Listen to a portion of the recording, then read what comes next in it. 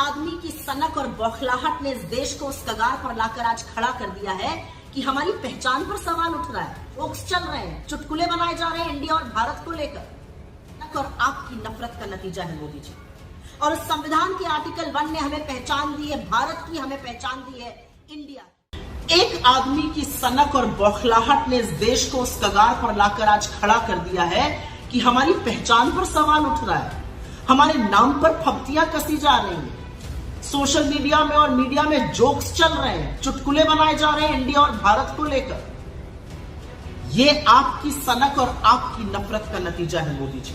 मुझे पता है कि आप इंडिया से डरते हैं, मुझे पता है कि आप अपने विपक्ष से नफरत करते हैं, लेकिन हमसे नफरत करते तो आप दुश्मनी देश से निभाने लगे। इस देश को हम लोग अपनी मां कहते हैं और मां के नाम के साथ खिलवाड़ कौन करता है?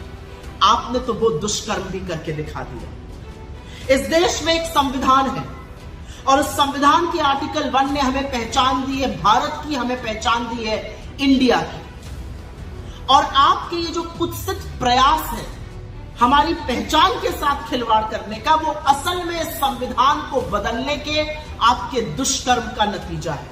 आप चाहते हैं कि आप बाबा साहेब का बनाया हुआ ये संविधान बदल दीजिए, लेकिन ऐसा हो नहीं पाएगा, क्योंकि आप भी जानते हैं और मैं भी जानती हूं कि राज्यसभा में आपके पास 2/3 बहुमत नहीं है, तो आप संविधान बदल नहीं पाएंगे। तो ये शगुफा क्यों छोड़ा गया?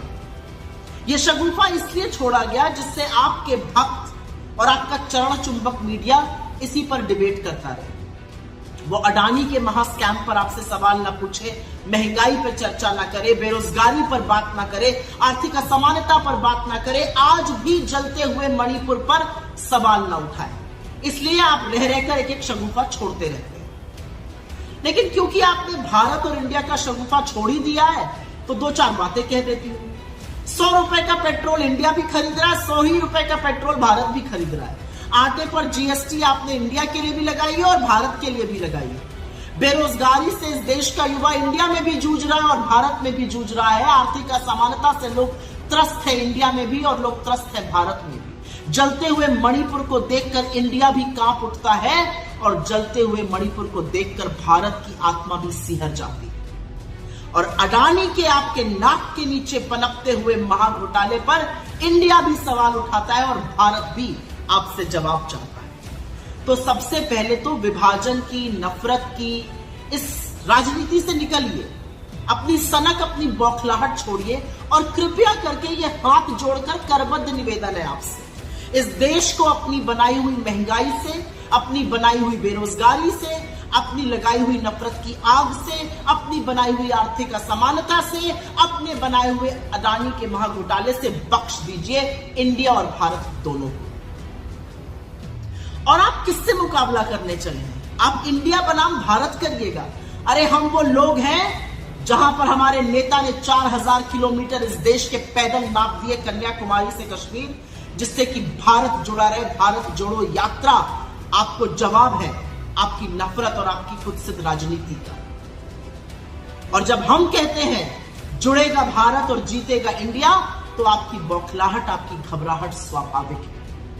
भारत माता भी हमारी है, इंडिया भी हमारा है, क्योंकि आप लोगों ने और आपके पूर्वजों ने तो ना इंडियन इंडिपेंडेंस की वॉर लड़ी और ना भारत की स्वाधीनता संग्राम में ढेले का योगदान किया।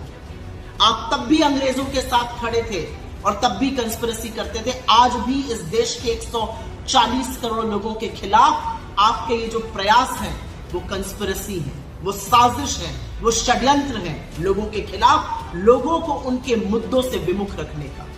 जाते जाते एक ही बात कहूंगी मोदी जी, जिसके दिल में अपने देश के लिए प्यार है, जिसका दिल इस देश के लिए धड़कता है, उसको आप किसी भी नाम से बुलाइए।